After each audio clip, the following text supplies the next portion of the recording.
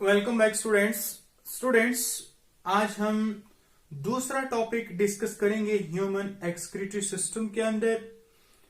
Human excretory system के अंदर आज हम structure and function of nephron को डिस्कस करेंगे, क्योंकि जो नेफ्रॉन होता है वो किडनी का बेसिक स्ट्रक्चरल फंक्शनल यूनिट कहलाया जाता है। अगर हमें कोई पूछे कि किडनी का बेसिक स्ट्रक्चरल फंक्शनल यूनिट क्या है, हम कहेंगे नेफ्रॉन होता है। उसको हम यूरिनिफेरस ट्यूब्यूल भी कहते हैं। नेफ्रॉन बहुत ज्यादा एक किडनी के अंदर होते हैं। यही वो स्ट्रक्चर है जो फिल्ट्रेशन का काम करता है। ह्यूमन किडनी जो है वो फिल्ट्रेशन का काम करती है। वो ब्लड से जो नाइट्रोजनस वेस्ट होते हैं उनको रिमूव करती है। वो नाइट्रोजनस वेस्ट यूरिया है, वो यूरिक एसिड है, क्रिएटिनिन है, कुछ और ऑयल्स हैं, वो साल्ट्स हैं, कुछ पिगमेंट्स वगैरह वगैरह, उन सब को बॉडी से रिमूव करने का काम हमारी ये किडनी करती है। किडनी इसके अलावा कुछ और काम भी करती है, like secretion of erythropoietin that helps the formation of RBC cell। इसके अलावा किडनी रिलीज करता है एक enzyme, that enzyme is known as renin। एक किडनी लगभग 190 लीटर ऑफ ब्लड को पर डे फिल्टर करती है, और उस फिल्टर करने से 1.9 litre of blood 1.9 litre of urine 1.9 litre of urine filter होता है। किससे?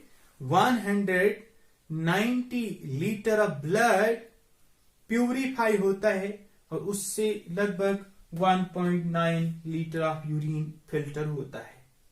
इससे हम अंदाजा लगा सकते हैं कि कितनी बार इन नेफ्रॉन्स के अंदर ब्लड फ्लो कर रहा है।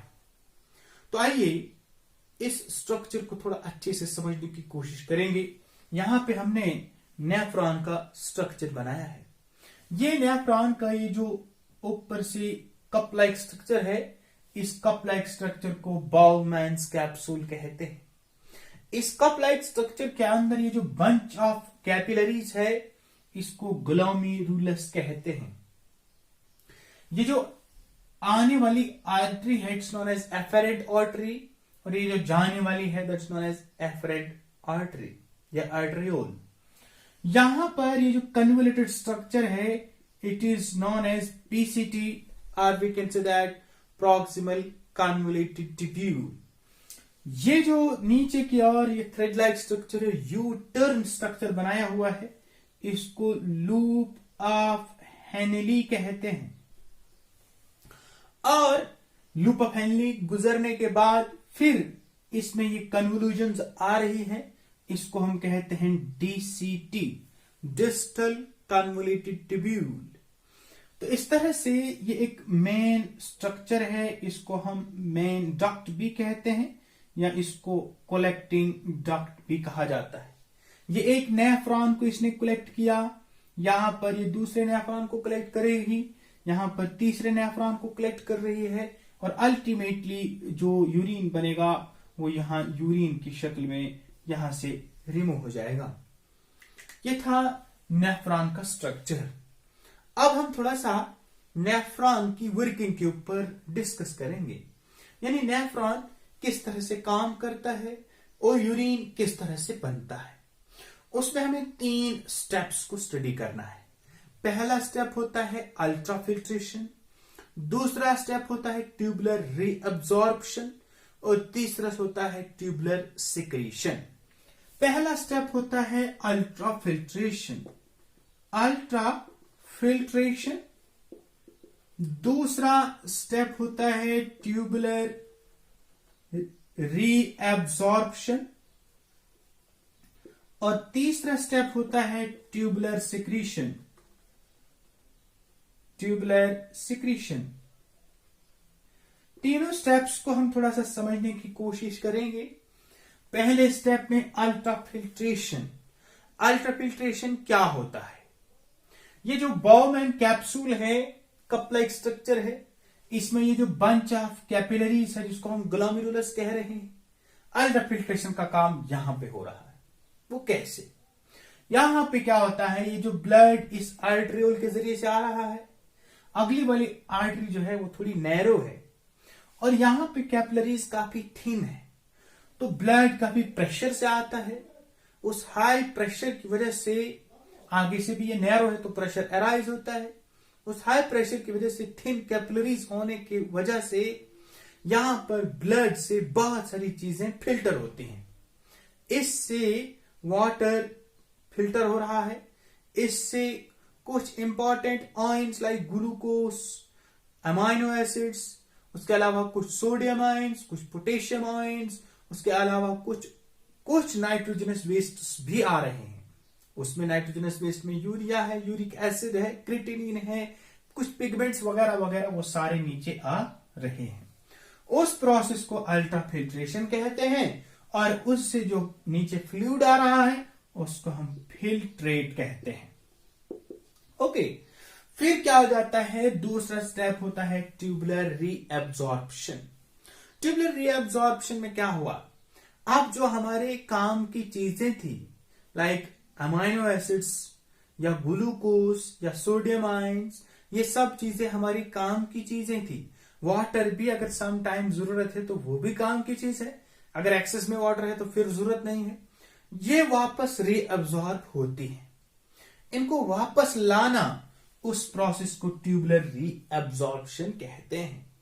ये वापस लाने का प्रोसेस कहां से शुरू होता है? ये पीसीटी जो है, ये वाला रीजन जो है, इस पीसीटी में ये काम होता है, इस लूप ऑफ हेनली में काम होता है। लूप ऑफ हेनली से वाटर रीअब्जॉर्ब होता है, यहां से वाटर रीअब्जॉर्ब होता है इस वाले पार्ट से, और इस वाले पार्ट से सोडियम क्लोराइड रीअब्जॉर्ब होता है। सोडियम क्लोराइड मीन साल्ट भी रीअब्जॉर्ब हो रहे हैं और वाटर भी रीअब्जॉर्ब होता है।